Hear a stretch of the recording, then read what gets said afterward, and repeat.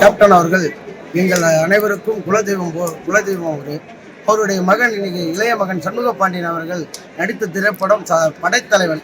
அந்த படைத்தலைவன் மாபெரும் வெள்ளி விழா காண வேண்டும் என்று திருக்கோயிலூர் பகுதிக்கு உட்பட்ட திருக்கோயில் மேற்கொண்ட நகரம் அனைத்து சார்பாக இந்த திருக்கோயில் சீனிவாச படைத்தலைவன் கேப்டன் திருவுருவ சிலைக்கு முன் ஆலயமாக வழிபட்டு இன்று முடிக்காணிக்கு செலுத்தப்படுகிறோம்.